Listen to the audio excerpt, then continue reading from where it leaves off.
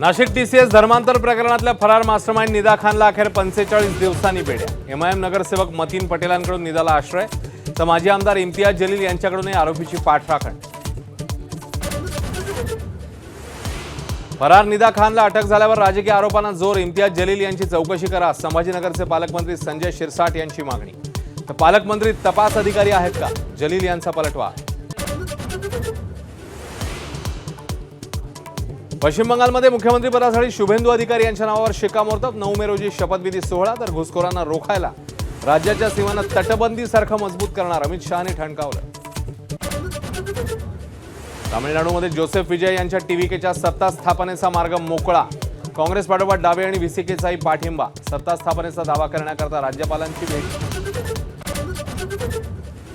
पायधुनीतील चौघांच्या मृत्यूप्रकरणी पुन्हा नवा ट्विस्ट, कलिंगडासोबत शरीरात सापडलेलं झिंक फॉस्फाईड आणि घरात सापडलेलं उंदीर पळवण्याचं औषध वेगवेगळं।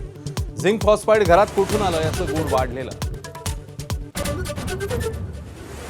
यंदाच्या एल निनोचा परिणाम शतकातला सर्वात तीव्र असण्याची शक्यता, कुठे पूर तर कुठे दुष्काळाचा अंदाज, अर्थव्यवस्थेवर मोठ्या परिणामाची शक्यता।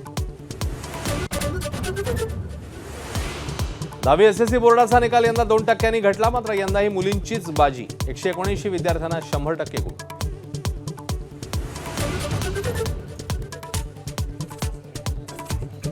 Headlines brought to you by चितळेंची बाकरवडी, एकदम खास कारण चवीला भारी आणि पाम ऑइल अजिबात नाही।